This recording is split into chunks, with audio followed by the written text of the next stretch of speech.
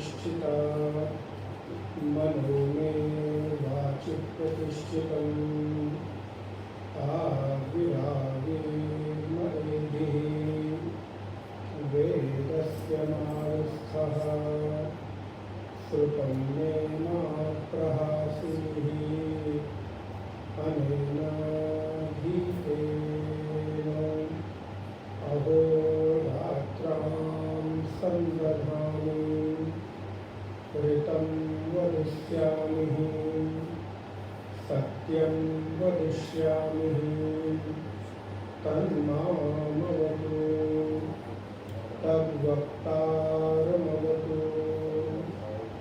अवतु माम् अवतु वक्तारम्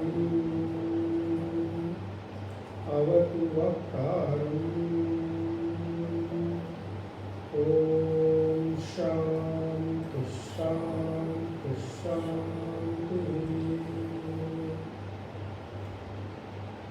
नारायणं नमस्कृत्य नरं चैव नरोत्तमं देवीं सरस्वतीं व्यासं ततो जयमुदीरयेत्। सदाशिवसमारम्भां शङ्कराचार्यमध्यमाम् अस्मदाचार्यपर्यन्तां वन्दे गुरुपरम्पराम्।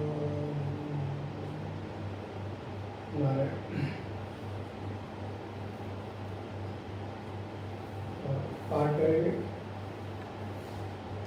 मंत्र नंबर 3 से। धनुर्गृहीतोपनिषदं महस्त्रम्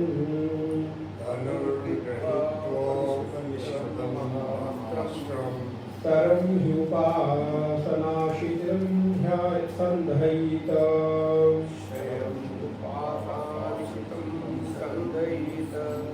आयं यतद्भावगतेन चेतसा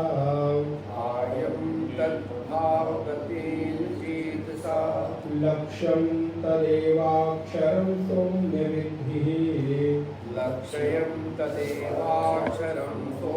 विद्धिः प्रणवो धनु सरो हि आत्मा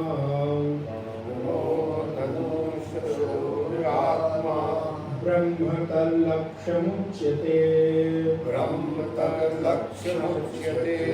अप्रमत्तेन वेधव्यम् अप्रमत्तेन वेधव्यम् सर्वतन्मयो भवेत्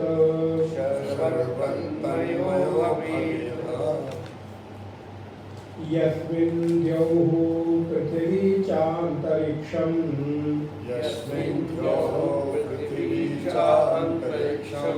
ओतं मनः सः प्राणैश्च सर्वैः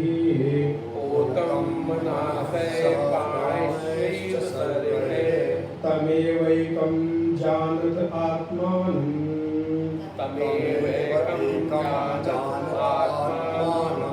अन्यः वाचो विमुच्यत अमृतस्यैष सेतुः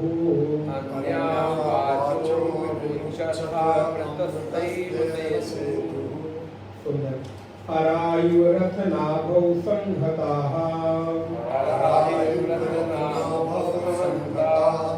यत्र नाड्यः स एषोऽन्तःशरते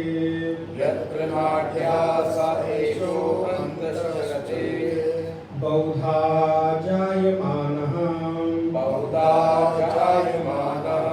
ओमित्येवं ध्यायत आत्मानं स्वस्तिवः पाराय तमसः परस्तात् यः सर्वज्ञः सर्ववित्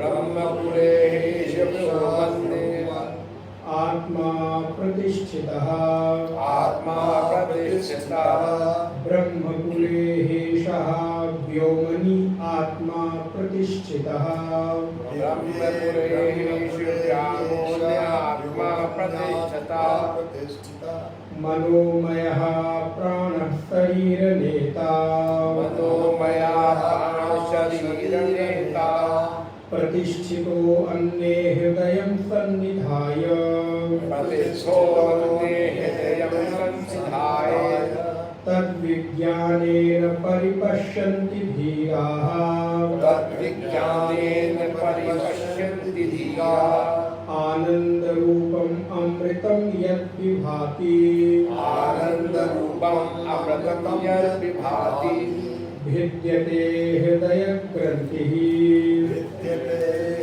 ग्रन्थिः छिद्यन्ते सर्वसंशयाः शिष्यन्ते सर्वसंशयाः क्षीयन्ते चास्य कर्माणि क्षीयन्ते चास्य कर्माणि तस्मिन् दृष्टे परावरे तस्मिन् दृष्टे परावरे भिद्यते हृदयग्रन्थिः विद्यते हृदयग्रन्थिः छिद्यन्ते सर्वसंशयाः शिष्यन्ते सर्वसंशयाः क्षीयन्ते चास्य कर्माणि क्षीयन्ते चास्य कर्माणि तस्मिन् दृष्टे परावरे तस्मिन् दृष्टे परावरे हिरण्यमये परे केशे हिरण्यमये परे कोशे हिरण्यमये परे कोशे हिरण्यमये परे कोशे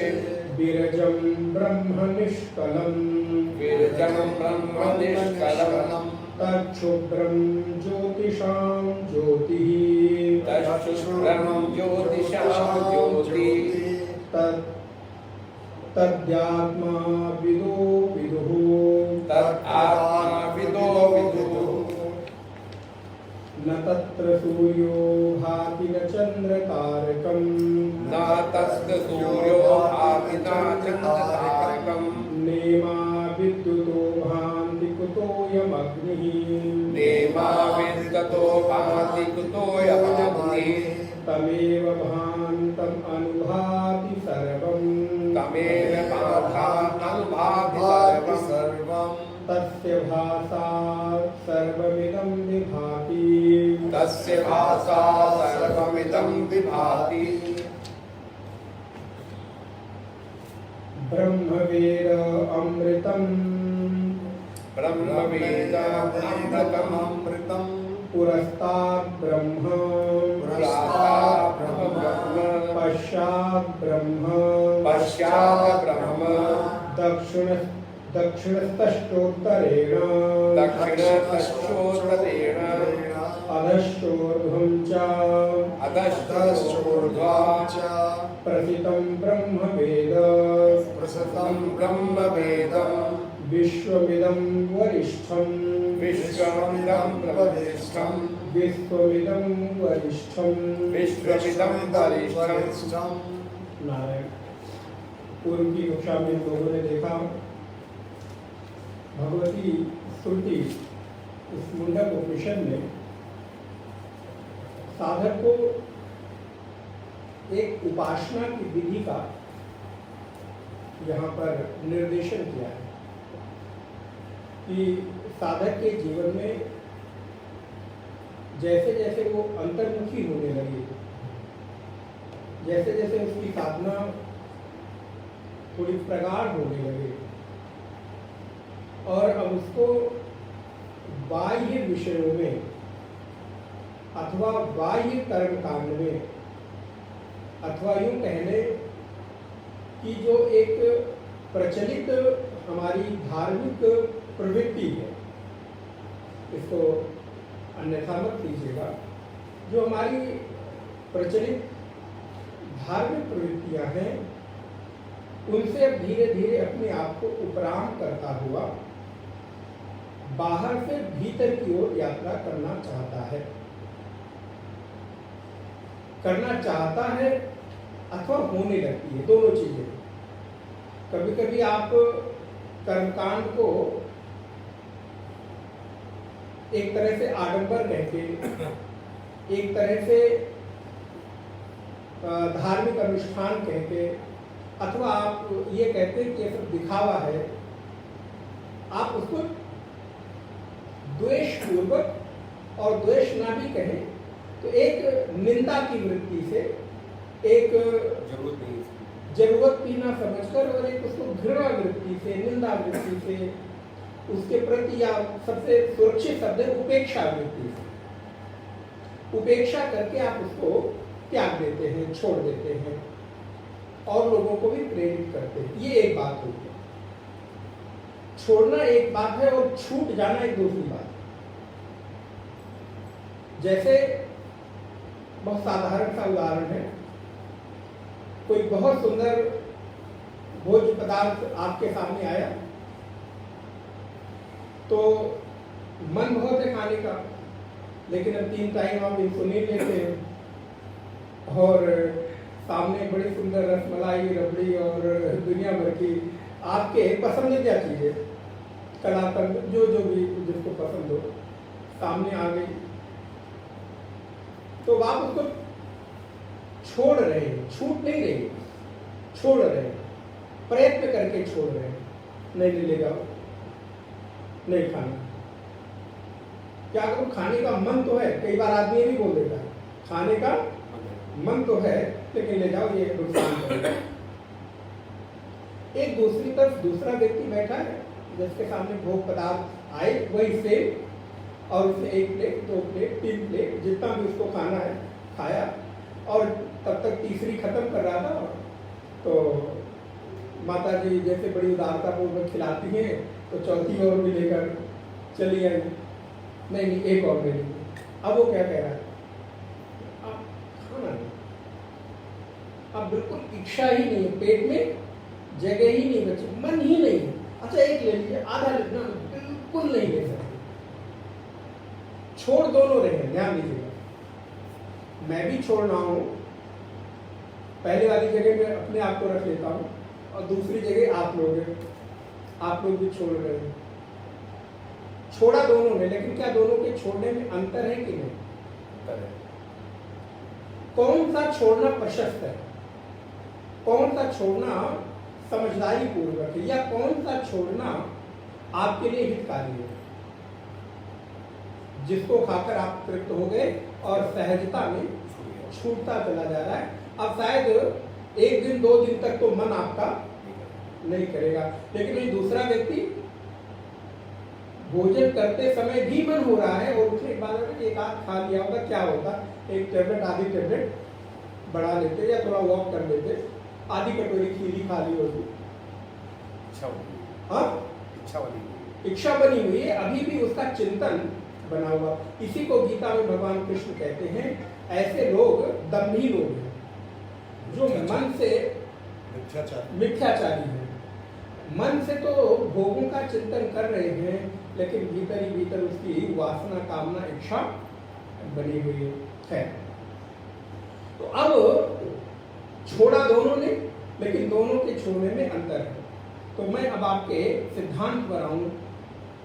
हमसे भी छूटा, एक सन्यासी से भी छूटा कर्मकांड, एक व्यक्ति से भी छूटा धार्मिक अनुष्ठान, धार्मिक प्रवृत्तियां, वो नास्तिक नहीं हुआ, लेकिन उसके भीतर धीरे धीरे वो चीजें छूटती चली गई। और एक दूसरे व्यक्ति ने भी छोड़ा, लेकिन जब दूसरे व्यक्ति ने छोड़ा तो वो तृप्त होकर छोड़ा, जानबूझकर छोड़ा, उसने जान लिया, उसके तत्व को समझ लिया, अब उसको उसकी तरफ आकर्षण नहीं होगा। अब इसको एक और बहुत क्लासिकल दृष्टांत से आप समझिए। आप लोगों ने सीताफल ही होता है, कहीं कद्दू फल, सीताफल, कुमड़ा कहते हैं अलग अलग जगह, पेठा पंजाब की तरफ। इसका एक पेड़ होता है, उसका पेड़ ऊपर की ओर नहीं जाता, जमीन की ओर फैलता, या आप चढ़ा भी तो छप्पर वगैरह पर चढ़ जाता, लेकिन वहां भी फैलेगा, पेड़ की तरह वो लंबा नहीं होगा, हमेशा फैलने की प्रवृत्ति होती है। और उसमें बड़े सुंदर सुंदर पीले फूल आते हैं, बंगाल वगैरह में तो उसकी बहुत सुंदर पकौड़ियाँ भी बनाते हैं लोग, है, पीले पीले फूल आते हैं और वो फूल धीरे धीरे धीरे धीरे जब मुरझाने लगते हैं, सिकुड़ने लगते हैं, तो उस मुरझाने और सिकुड़ने के बाद उस फूल में फल लगता है। आप लोगों ने देखा हो, न देखा हो, यदि देखा हो तो अच्छी बात है। तो जैसे जैसे वो फूल सिकुड़ने लगा, मुरझाने लगा, लेकिन अभी टूटा नहीं है, वैसे वैसे उसमें फल लगना शुरू होता है। इतना बड़ा, फिर इतना बड़ा, इतना बड़ा हो जाता है। तो एक व्यक्ति ने कहा कि जब इस फल के लग जाने के बाद फूल अपने आप उसमें से टूट के झड़ जाता है, ध्यान दिया होगा आपने, फिर वो फूल वहां पे नहीं रह जाता। तो एक दूसरे व्यक्ति ने कहा भाई जब फूल को एक दिन झड़ ही जाना है, इस पेड़ से टूट के गिर ही जाना है, इसकी कोई उपयोगिता नहीं है, तो लाओ आज ही मैं इसको हरे उस पीले खिले हुए फूल को ही तोड़ देता हूं। अच्छा बताइए, अगर उस फूल को खिले होने पर ही उसको तोड़ दिया जाए तो क्या उसमें फल लगने की संभावना है? नहीं। अच्छा, बहुत सारे फल उसमें नहीं भी लगते, फिर भी फूल झड़ जाता है। तो जो फूल झड़ गया उस फूल से कभी फल उसी फूल से लगता है जो फूल पेड़ में अंतिम समय तक फल के लग जाने तक चिपका रहता है, लगा रहता है, और बाद में उसकी भी नियति है झड़ जाना, लेकिन झड़ता कब है? फल देने के बाद। इस दृष्टांत को आप हमेशा स्मरण रखें।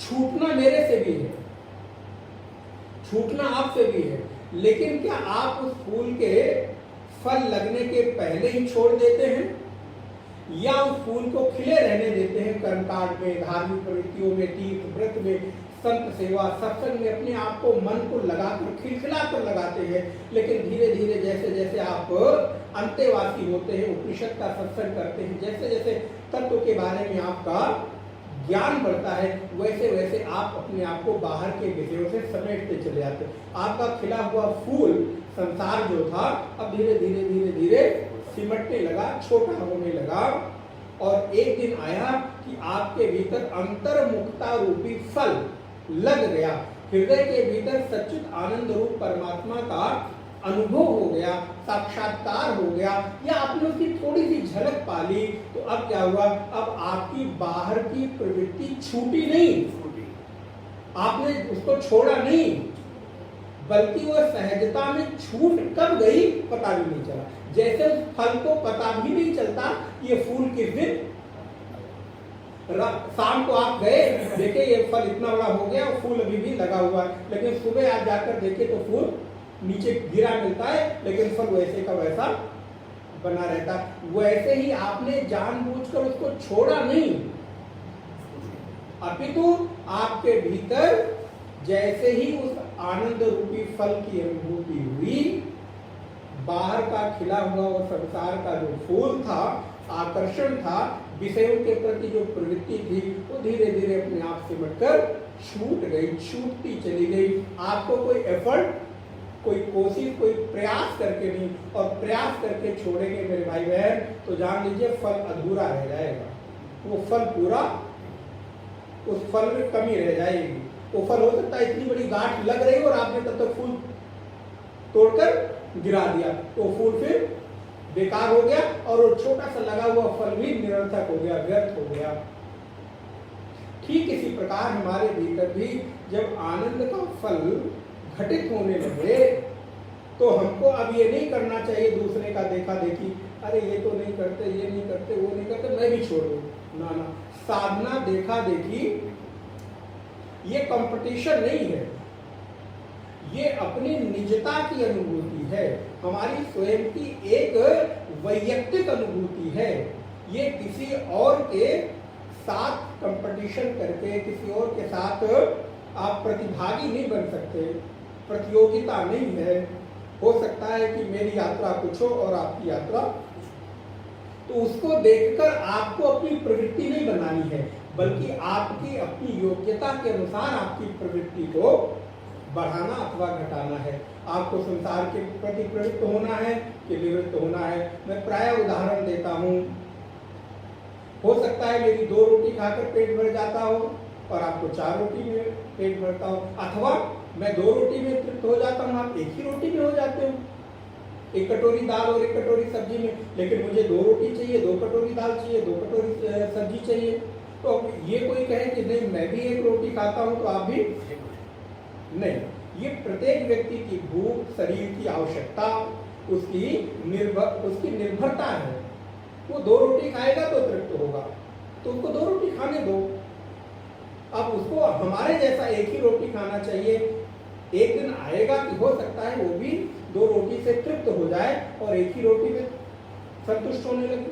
2 रोटी खा खा के उसको उबन हो जाए, उसको लगे खाकर व्यर्थ में क्या फायदा, 1 ही रोटी खाता हूँ। लेकिन आप छुड़ाएंगे तो मन उधर छूट जाएगा, लेकिन वो छोड़ेगा तो अपने आप निवृत्त हो जाएगा। ठीक उसी प्रकार यहाँ पर कहते हैं कि हमारी जो अंतर्मुखता है, वो अंतर्मुखता जैसे जैसे होने लगती है, हम इस औपनिषदिक उपासना की ओर बढ़ते हैं। उपासना 2 तरह की, एक बाह्य उपासना हो गई और एक औपनिषदिक उपासना है। तो औपनिषदिक उपासना क्या है, बोले यहाँ पर ओम के द्वारा धनुर्ग्रहित, इसको मैंने पिछली कक्षा में विस्तार किया था। धनुर्ग्रहितोपनिषदम महस्त्रम, उपनिषद को महान अस्त्र के रूप में हमको बनाना चाहिए, धनुष के रूप में। उपासना का तीक्ष्ण मार लेना चाहिए, मन को एकाग्र करके उस पर चित्त के द्वारा ब्रह्म को लक्ष्य करके वेधन करना चाहिए। प्रणवो धनु सरो ही आत्मा ब्रह्म तल लक्ष्य मुच्यते। लक्ष्य क्या हो, उस बाण का वेधन कहाँ करना हो, बोले वेधन ब्रह्म में करना हो। ब्रह्म तल लक्ष्य मुच्यते अप्रमत्तेन, इस पर विशेष ध्यान देना है। अप्रमत्तेन, बिना प्रमाद के, बिना गैप के, बिना किसी प्रकार के व्यवधान के, अप्रमत्तेन वेधव्यम सर्वतन्मयो भवेत्, और तन्मय हो जाना चाहिए। तन्मय किससे हो जाना चाहिए, जो लक्ष्य है। लक्ष्य कौन है, ब्रह्म है। तो ब्रह्म के साथ तन्मय, तन्मय का तात्पर्य है तदमय, अर्थात उसी के जैसा हो जाना चाहिए। अब कहते हैं उस ब्रह्म का महिमा क्या है। यस्मिन देवो, मंत्र नंबर 5, यस्मिन देवो पृथ्वी चांतरिक्षम। अब आपको लगेगा कि ये विषय पहले आ चुका है, लेकिन इसको आवृत्ति करा रहे हैं। आवृत्ति इसलिए करा रहे हैं क्योंकि बार बार उसको आवृत्ति करने से चित्त में वो विषय बैठ जाता है। यस्मिन देवो पृथ्वी चांतरिक्षम ओतम मनः सह प्राणैश्च सर्वे सर्वैः तमेवं एकं जानत आत्मानं अन्यथा वाचो विमुंचत यथा अमृतस्तेष सेतु। शिष्य को संबोधित करते हुए गुरु कहते हैं कि हे शिष्य, तस्मिन् द्योः पृथ्वी चांतरिक्षम, जिस अक्षर पुरुष में, जिस ब्रह्म पुरुष में, द्योः, देहु से याद है ना आपको, देवलोक को उस ब्रह्म का मस्तक बताया था, आप कुछ पिछली कक्षा को स्मरण करें। द्योहु उस ब्रह्म का मस्तक है, विराट पुरुष का मस्तक है। तो द्योहु से लेकर पृथ्वी, यहां पर अभी हम लोग रह रहे हैं, मृत्यु लोक, अंतरिक्षम और ओतम मनः, ये सारे के सारे जितने लोक हैं, यहाँ पर 3 लोक का नाम मिल गया, एक ऊपर, एक नीचे और एक पृथ्वी का। तो यहाँ पे तीनों लोकों से 14 लोगों को ग्रहण कर लेना चाहिए, 7 लोग ऊपर के और 7 लोक नीचे के। और इसके साथ साथ मनः सह प्राणैश्च सर्वे, और इस शरीर में रहने वाला जो मन है और प्राण है, सभी के सभी उसी में समर्पित हैं, उससे अतिरिक्त कहीं और नहीं है। तम एकम जानत, तुम उस एक को जानत माने जानो, उस अद्वितीय आत्म तत्व को जानो। आत्मानम, जो आत्म तत्व है। इसके अतिरिक्त ये लाइन बहुत ही सुंदर है, अंडरलाइन कर लेना चाहिए इतना। अन्यः वाचो विमुंचत, बस इतना ही बहुत है। अन्यः वाचा विमुंचत, अन्य सबको छोड़ दो। अब एक शिष्य गुरु के पास गया, उसने कहा गुरुदेव मुझे संसार कैसे छूटे, ब्रह्म की प्राप्ति कैसे हो, इसका कृपा करके कोई उपदेश कीजिए। गुरुदेव थोड़ी देर मौन रहे, प्रातः काल का समय था, उठे और नदी की ओर चल दिए। शिष्य भी पीछे पीछे चला गया। तो गुरुदेव नदी में प्रवेश किए, स्नान करने लगे। तो शिष्य ने भी उनका अनुगमन किया, वो भी गया और नदी में स्नान किया। जैसे डुबकी लगाई, गुरुदेव उसके ऊपर चढ़ बैठे, गला पकड़ा, गर्दन पकड़ा और दबा दिया। अब कितनी देर वो साधना के द्वारा प्राण रोकता, भाई पहले प्राणायाम वगैरह करके थोड़ा क्षमता बढ़ाया होगा तो 60 सेकेंड, 1 मिनट, 2 मिनट। अब 2 मिनट बीता, तड़फड़ाने लगा वो, झटका देके एकदम बाहर निकला। गुरुदेव ये आप क्या कर रहे, कोई गुरु ऐसा कुछ करता है अपने शिष्य को, आप तो हमको मार ही देने वाले। कहा कि अभी तो तुमको पूछ रहे थे।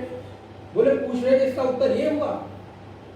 गुरु ने कहा जितनी देर तुम पानी के अंदर थे उतनी देर तुम्हें क्या बात सूझ रही। बोले हमको एक ही बात सूझ रही थी, किसी भी तरह से हम इस पानी से बाहर निकले, प्राण बचे, सांस लौटे। बोले यही तुम्हारे प्रश्न का उत्तर है कि कितनी जल्दी संसार से छूटने की जो तड़प है, जैसे पानी में रहते हुए तुम तड़प रहे थे कि जल्दी से मैं बाहर निकलूं, वैसे ही संसार में रहते हुए संसार से आपकी तीव्रता कितनी है, छूटने की तड़प कितनी है, वो आपके जिज्ञासा पर निर्भर करती है। तो कैसे करें? तो बोले तम एकम जानत, उस एक को जानो, और अन्य वाचा विमुंचत, अन्य सबको छोड़ दो, अन्य सबकी तरफ ध्यान मत दो। कहाँ क्या हो रहा है उससे आप कुछ भी नहीं कर सकते, क्योंकि संसार में कोई घटना पहली बार नहीं घट रही है। सारी घटना पहले पूर्व में घटित हो चुकी है। हमको लगता है ये मेरा नया थॉट है, मेरा नया विचार है। कोई लोग कुछ 10, 20 लाइन, 50 लाइन किताबें लिखते हैं तो कहते हैं कि ये मेरा कॉपीराइट है।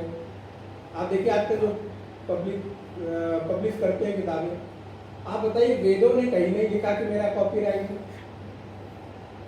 किसी उपनिषद में दिखाइए कि इस उपनिषद का एक भी मंत्र किसी भी रूप में प्रकाशित करने से आपको कार्रवाई की जाएगी और उसका न्यायालय क्षेत्र लखनऊ होगा, दिल्ली होगा, बंबई होगा, जो भी होगा। कहीं किसी उपनिषद में, किसी गीता में, महाभारत में, रामचरितमानस में, किसी भी ग्रंथ में आपने ये बात लिखी। आप सोचिए अगर कॉपीराइट की इतनी भूख होती हमारे ऋषियों को तो कॉपीराइट करके चले गए होते। तो इसलिए ज्ञान पर किसी का कोई कॉपीराइट नहीं, और इस संसार में कोई भी शब्द नया नहीं है, सारे झूठे शब्द हैं। हम जो बोल रहे हैं मेरा अपना कोई थॉट नहीं है, मेरा अपना कोई विचार नहीं, सब गुरु परंपरा से, आचार्यों से प्राप्त प्रदत्त ज्ञान है जो माध्यम बन के हम आप तक पहुंचा रहे हैं। इसलिए संसार में कोई घटना नवीन नहीं होती, सब घटनाएं पूर्व में घटित हो चुकी है। वेद कहता है यथा पूर्वम अकल्पयत, जो पूर्व में हो चुका है वही यहाँ पर घटना पुनरावृत्ति हो रही है। इसलिए मैं कुछ कर दूंगा, मैं कुछ बदल दूंगा, ये संसार की बहुत बड़ी मिथ्या। आप कर सकते हैं, अवश्य करें, लेकिन जब आप इस स्थिति में पहुंच गए हों तो साधक को यहाँ पर पहुंचने के बाद अन्य बातों का त्याग कर देना चाहिए। ध्यान रहे, ये उन लोगों के लिए नहीं जो संसार में प्रवृत्त है, क्योंकि ये ज्ञान मार्ग है। ये उपासना कांड से, कर्म कांड से जो विरत होकर ज्ञान कांड में प्रवृत्त हो गया उसके लिए है। अब कोई नया लड़का सुने, कोई बड़ी कंपनी का सीईओ सुने, तो कई आप तो हमें प्रवृत्त से निवृत्त कर रहे हैं, आप उनको कामचोर बना रहे हैं। ये आपके लिए नहीं है। आप उस स्थिति में हैं अथवा नहीं है। अगर आप उस स्थिति में तो आप बिल्कुल त्याग कर दीजिए, लेकिन अगर आप उस स्थिति में नहीं है तो इसलिए आपके लिए वो काम आपका कर्तव्य बनकर है, आप उसको कीजिए। इसलिए आधे अधूरे ज्ञान को समझकर कई बार लोग सोचते हैं यहाँ आते हैं उपनिषद सुनने, सत्संग में, प्रवचन में, यहाँ लोग कहते हैं आप कुछ करो। अरे हमारी संसार में इतनी जरूरत, अरे भाई जब आपकी जरूरत है तो आप उसके मुताबिक कार्य करिए। फिर उपनिषद की गंभीरता आपके लिए नहीं है। डेटा इंफॉर्मेशन के लिए आप सुन लीजिए, पढ़ लीजिए, लेकिन उसकी गंभीरता सिर्फ आपके किसी काम में आने वाली। लेकिन जो साधक इस स्थिति में पहुंच गया है उसके लिए श्रुति कह रही है कि आत्मानम अन्य वाचा विमुंचत, जो अन्य बातें हैं उन अन्य बातों को सार रहित समझकर त्याग देना चाहिए, छोड़ देना चाहिए। फिर क्या करें? बोले यथा अमृतस्यैष सेतु, क्योंकि यही मोक्ष प्राप्ति का, अमृत प्राप्ति का एकमात्र साधन है।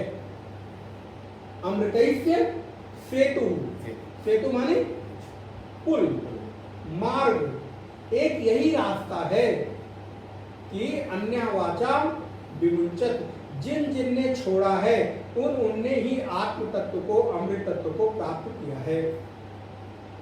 उपनिषद के दूसरे मंत्र कहते हैं त्यागे नैके अमृतत्व मानसु, त्याग के बल पर ही अमृतत्व की प्राप्ति होती है। त्यागे नैके अमृतत्व मानसु कब हो जाती है? बोले आसु, शीघ्र ही, जल्दी उसमें देर नहीं लगती है।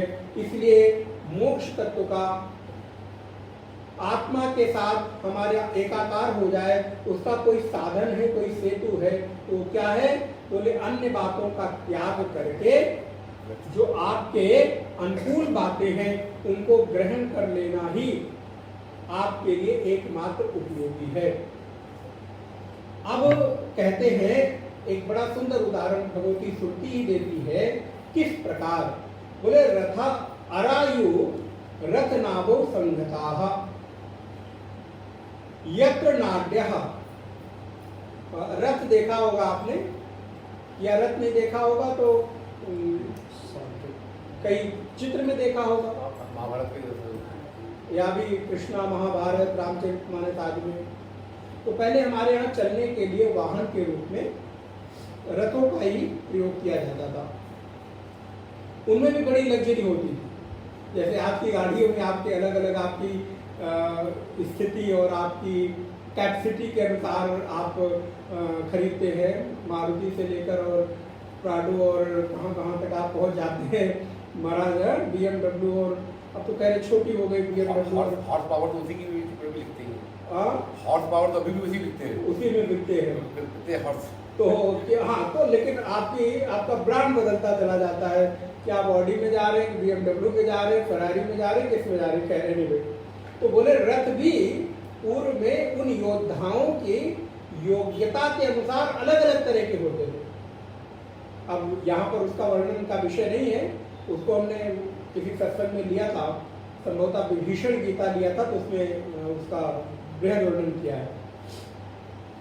तो जब रथ चलता है तो उस रथ में पहिए भी लगे होते हैं। ये विषय आप पढ़िएगा रामचरितमानस के उत्तरकांड में, बहुत सुंदर इसका पूरे रथ का वर्णन किया गया। जब भगवान राम को विभीषण ने देखा कि पैर में पादुका भी नहीं है, रथ भी नहीं है, और उधर लंकेश को देखो, रावण को देखो, इतने बड़े रथ पे चढ़ा हुआ और सारे अस्त्र शस्त्र से सुसज्जित है, तो विभीषण को देख के लगा भगवान राम आप ये जीतेंगे कैसे? युद्ध इतना बड़ा रावण से, तो विभीषण के मन में प्रेम के कारण संदेह उत्पन्न हो गया। ध्यान दीजिए, मैंने संदेह के पहले एक शब्द प्रयोग किया, प्रेम। तो अत्याधिक प्रेम में संदेह होना स्वाभाविक है। रावण रथी विरथ रघुवीरा, देख विभीषण भयो अधीरा। लेकिन क्यों? बोले अधिक प्रीति मन भा संदेह।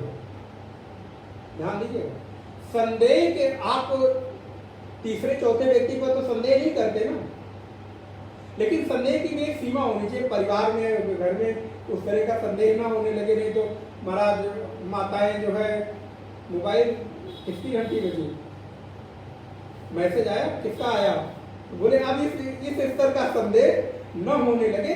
संदेह की भी एक मर्यादा होती है। तो वहां प्रेम में संदेह होना स्वाभाविक है, क्योंकि जो जिससे प्रेम करता है उसको खोना नहीं चाहता। तो उसको लगता है जो हमारा प्रेमी है वो मेरा ही बनकर हमेशा रहे। तो अब धीरे धीरे पॉजिटिव होने लगता है। तो खैर हर विषय का अलग अलग टॉपिक होता है, उस पर हम लोग अलग चर्चा करें कभी प्रेम पर। तो प्रेम में दो तीन बातें बहुत सूक्ष्म हैं जो समझने योग्य है। प्रेम हमेशा नवीनता की अनुभूति करता है। जो प्रेम नवीनता की अनुभूति ना करे वो प्रेम है। प्रतिक्षणम नवम यम नवम नवम, प्रतिक्षण नवीनता की अनुभूति। पहली बार हम आपसे मिले, हम आपसे या तो कोई प्रेमी प्रेमिका से मिला, या एक स्त्री एक पुरुष से मिली, एक कन्या एक वर से मिला, एक लड़का एक लड़की से मिला, तो पहली बार उनको इतनी तीव्रता हुई, अरे अरे अरे अरे, और नारायण दुनिया भर के बाप जानते हैं कि तुम्हें देखा और पहली नजर में ये हो गया और हो गया, ये हार गया, दिल हार गया, और तुम्हारी रेशमी बाल और आंखें और काली और भूरी नीली क्या क्या दुनिया भर का खत। और 2 महीने बाद बोले तुम्हारा चेहरा देखता हूं तो मुझे गुस्सा आता है।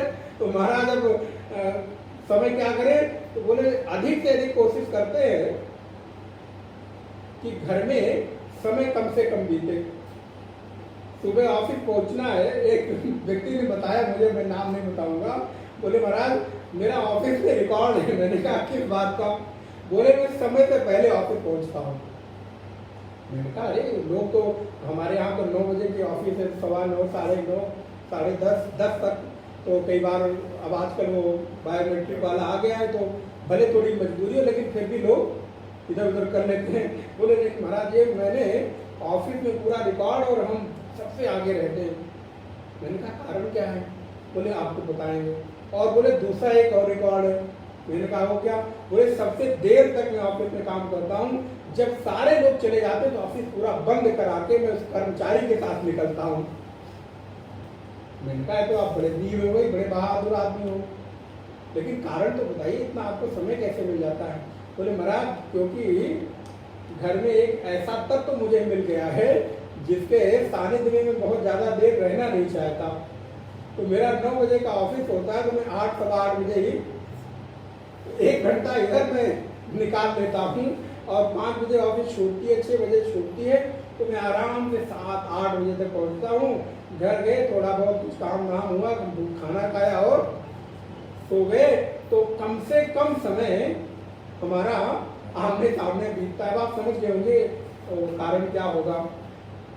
तो बोले अब प्रेम तो पहले नारायण इतना बड़ी बड़ी बातें, बड़ी बड़ी पींगे हाँकता है, और महीने 2 महीने, साल 2 साल बाद वही व्यक्ति उसका चेहरा देखना पसंद नहीं करता। तो ये प्रेम नहीं है। प्रेम का वास्तविक स्वभाव होता है कि यह नवम नवम, जो हमेशा नवीनता की अनुभूति करे। अब आपको मैं उदाहरण दूं, एक चेहरा आप अपने घर में विवाह के समय से देखते आ रहे हैं, आप स्त्री हैं आप अथवा पुरुष हैं, दोनों के लिए, लेकिन अब वो चेहरा आपको देखने की कोई बहुत इच्छा और लालसा देख देख के आप थक गए। और एक परमात्मा की मूर्ति है, बचपन से देखते चले आ रहे हैं, भगवान का दर्शन करते चले आ रहे हैं। क्या किसी दिन आप दर्शन करके बोर हुए? लगता हो कि आज चेहरा थोड़ा पुराना लग रहा है, दूसरा उदाहरण, 15-20 पन्ने का न्यूज़पेपर आया, एक बार पलटा, पूरा पढ़ा भी नहीं, और उसके बाद रद्दी की टोकरी में चला गया। शाम तक तो बिल्कुल पुराना हो गया और कल तक तो वो किसी भी काम का नहीं रहा। गीता कितनी बार पलटा होगा आपने? भागवत कितनी बार सुना होगा? सत्संग कितनी बार सुना? वही राम कथा, वही भागवत कथा बार बार सुनते हैं, लेकिन कभी भी मन, कभी उबे। तो प्रेम की वास्तविकता विभीषण ने वहां पर व्यक्त की कि परमात्मा आपके प्रति असल में मेरा प्रेम है, इसलिए भगवान के सामर्थ्य पर संदेह नहीं हुआ। ध्यान दो, अब वो विषय यहाँ पर नहीं है, तो विभीषण गीता यूट्यूब पर भी आप चाहे कभी सुन सकते हैं, डला होगा शायद। तो भगवान की सामर्थ्य पर विभीषण को कोई संदेह नहीं है कि भगवान की शक्ति पर संदेह हो ना, बल्कि उसको अपने प्रेम के कारण संदेह जागृत हुआ। इसलिए गोस्वामी जी ने लिखा, अधिक प्रीति मन भाव संदेहा। तो राम जी कहते हैं विभीषण जरा तुम चिंता मत करो, जिस रथ पर चढ़कर युद्ध जीता जाता है वो रथ बिल्कुल दूसरा ही है। सो स्यंदन आना, स्यंदन माने होता रथ, वो रथ सौरज धीरज, वहां पे पूरा वर्णन किया गया। भगवान कहते हैं वो रथ दूसरा है जिस पर कोई व्यक्ति सवार होकर, आरूढ़ होकर और विजय प्राप्त करता। सुनो, ये तो एक छोटा सा रावण के साथ युद्ध है, कोई इस संसार रूपी अजय समुद्र से पार होना चाहे तो उसके लिए भी ये रथ है जो मैं बता रहा हूं।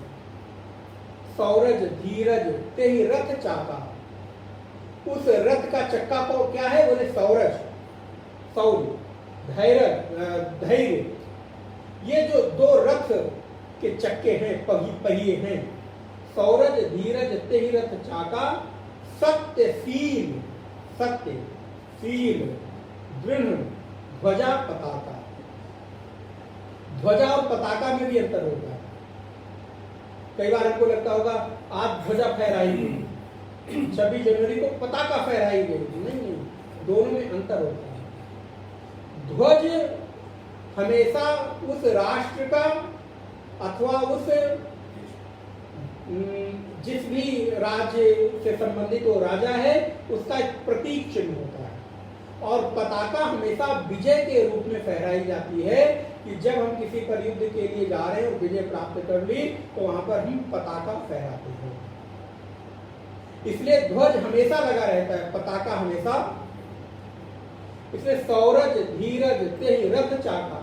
आप ध्यान दें, जब कोई उच्च, अब आप तो सेवा में रहे, उच्च अधिकारी सेना का अथवा प्रदेश का अथवा राष्ट्र का कार में बैठा होता है तो ही वहां पर राष्ट्रीय ध्वज, ऐसा ही है ना, उस गाड़ी में, उस कार में राष्ट्रीय ध्वज तभी लगेगा, उसका ये प्रतीक है। अगर वो बैठा है या झंडा लगा है तो इसका मतलब वो बैठा है। और यदि उस गाड़ी में वो बैठा नहीं है, गाड़ी को कहीं और काम से जा रही है, तो ड्राइवर, उसका जो चालक है, उसको निकालकर, मेरी जानकारी ठीक है ना?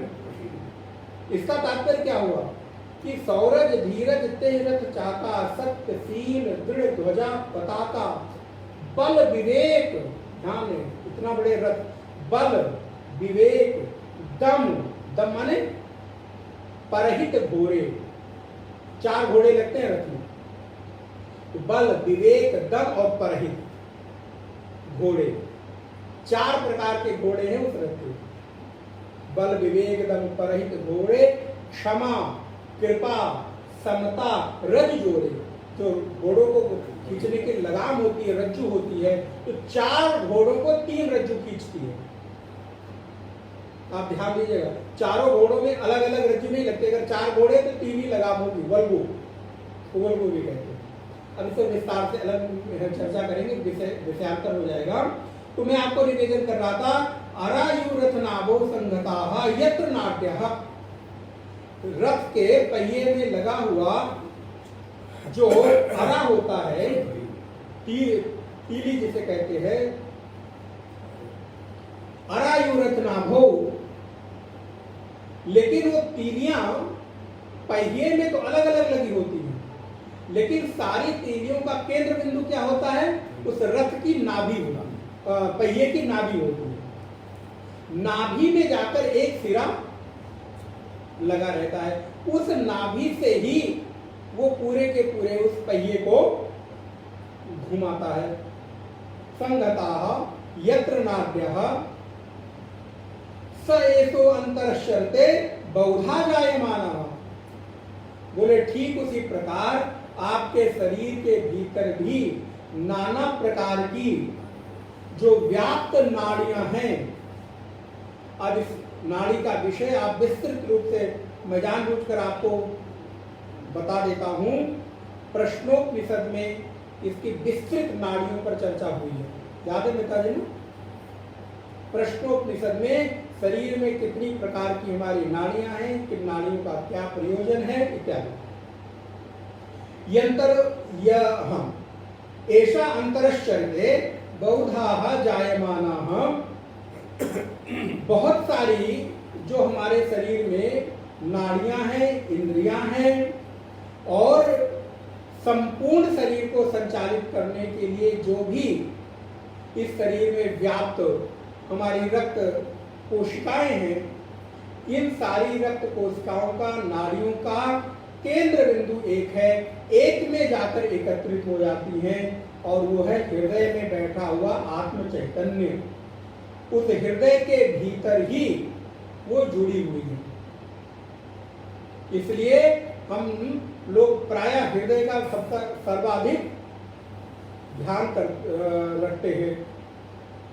तो उस हृदय के भीतर वो बैठी हुई है, जुड़ी हुई है। और ओम इत्येवं ध्यायथ आत्मानं स्वस्तिवा पाराय तमसा परस्तात्। और जो बुद्धि वृत्तियां हैं वो उसको संचार कराती हैं। यदि आपकी बुद्धि वृत्ति से आत्मा का संचार कट जाए तो आपके भीतर कोई भी वृत्ति नहीं हो सकती। उदाहरण के तौर पर जब आप भोजन करते हैं, आप लोग यहाँ सब अच्छे पढ़े लिखे लोग हैं, आपको पता होगा जब आप भोजन करते हैं तो जैसे जैसे आपके उदर के भीतर भोज्य पदार्थ जाता है तो यहाँ की जो रक्त कोशिकाएं हैं, नाड़ियां हैं, वो आपके मस्तिष्क को तुरंत तरंगे भेज देती हैं। ऐसा ही कुछ है ना? और आपको लगता है कि अब मेरा पेट भर गया। आपका पेट कभी कभी आप देखिए एक रोटी खाकर भी तृप्त हो जाता है, और किसी दिन आप खाते जाए खा तो अधिक लिया लेकिन तृप्ति की अनुभूति नहीं होती। होता है कि नहीं? कदाचित कई बार ऐसा होता है, अच्छा थोड़ा और खा लूं, थोड़ा और खा लूं, यद्यपि आप रोज के भोजन से अधिक खा चुके हैं। चूंकि अभी तक आपके मस्तिष्क को वो तरंग मिली नहीं है, उसका संकेत जो मिलना चाहिए था वो मिला नहीं। इसलिए सारे के सारे संचार का माध्यम क्या है? बोले बुद्धि वृत्तियां हैं। बुद्धि वृत्तियां उनको संचार करती हैं, और उन्हीं बुद्धि वृत्तियों का जो साक्षी भूत है वो ओम है। इसलिए ओम इत्येवं ध्यायत, उस ओम का ही ध्यान करो। आत्मानं स्वस्तिवा पाराय तमसा परस्तात्, और उस तमसा माने अज्ञान, परस्तात् अज्ञान के परे हो जाओ, उसी में तुम्हारा स्वस्ति, स्वस्ति माने कल्याण, अज्ञान से पार होने के बाद ही तुम्हारा कल्याण है। अर्थात उस अज्ञान के उस पार जाने से तुम्हारा कल्याण हो जाएगा। कल्याण प्राप्ति में किसी भी प्रकार का विघ्न और बाधा उपस्थित नहीं होगी। इसलिए ओम का ध्यान करते हुए, ओम का ही चिंतन करते हुए हमें अपने उस आत्म चेतना के केंद्र बिंदु पर स्मरण करना चाहिए, जिससे अज्ञानता से हम सदा सदा के लिए पार हो जाए। उपनिषद कहता है आत्मा व अरे द्रष्टव्यः मंतव्यः श्रोतव्यः निधिध्यासी तव्यः। आत्मा ही एकमात्र ध्यान करने योग्य, निधिध्यासन करने योग्य, श्रवण करने योग्य और जानने योग्य है, अन्य कोई वस्तु नहीं है। इसलिए हम लोग भी उस एक आत्म चेतना का ही ध्यान करें, उससे अज्ञान से सदा सदा के लिए पार हो जाएंगे और उसी में हमारा स्वस्थ अर्थात कल्याण निहित है। अगली कक्षा में हम लोग अगला विषय देखेंगे। ओम पूर्णमदः पूर्णमिदं पूर्णात् पूर्णमुदच्यते पूर्णस्य पूर्णमादाय पूर्णमेवावशिष्यते। ओम शांति शांति शांति। हरि ओम। श्री गुरुभ्यो नमः। हरि